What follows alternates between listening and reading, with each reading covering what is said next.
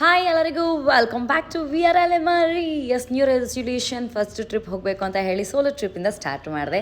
So ನಾನು bus ಹತ್ತಿ ಸ್ಯಾಟಲೈಟಿಂದ ಸ್ಟಾರ್ಟ್ ಮಾಡಿ ಹಾಗೆ ನೈಟ್ನ ಒಂದು ಪಯಣ ಮಾಡಿ ನಾನು ರೀಚ್ ಆಗಿದ್ದ ಜಾಗನೇ ನಮ್ಮ ಅಚ್ಚುಮೆಚ್ಚಿನ ಅರುಣಾಚಲೇಶ್ವರ ಇರುವಂತಹ ತಿರುವಣ್ಣಾಮಲೆಯಲ್ಲಿ.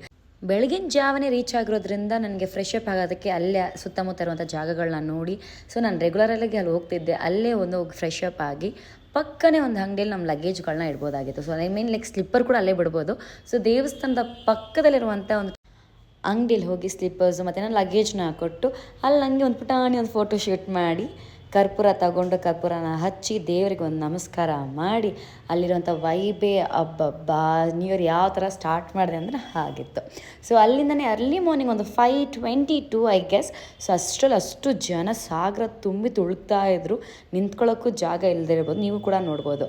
ಸೊ ಅದನ್ನು ನೋಡಿ ಅಲ್ಲಿಂದ ನಾನು ಚಂದ್ರನಿಗೆ ಒಂದು ಗುಡ್ ಮಾರ್ನಿಂಗ್ ಅಂತ ಹೇಳಿ ತಿರ್ಗಾ ಮೇನ್ ಟೆಂಪಲ್ ಹತ್ರ ಬಂದು ಅಲ್ಲೊಂದು ತಿರ್ಗಾ ಒಂದು ಸಲ್ಯೂಟ್ ಮಾಡಿ ನನ್ನ ಒಂದು ಗಿರಿವಲಂನ ನಾನು ಸ್ಟಾರ್ಟ್ ಮಾಡಿದ್ದಾಯಿತು. ಸೊ ಇಲ್ಲಿದೆ ನನ್ನ ಗಿರಿವಲಂ ಜರ್ನಿ. ಗಿರಿವಲಂ ಟೋಟಲಾಗಿ 14 ಕಿಲೋಮೀಟರ್. 14 ಕಿಲೋಮೀಟರ್ಗಳಲ್ಲಿ 9 ಲಿಂಗಗಳನ್ನ ನಾವು ಕವರ್ ಮಾಡ್ಕೊಂಡು ಬರಬೇಕಾಗಿರುತ್ತೆ.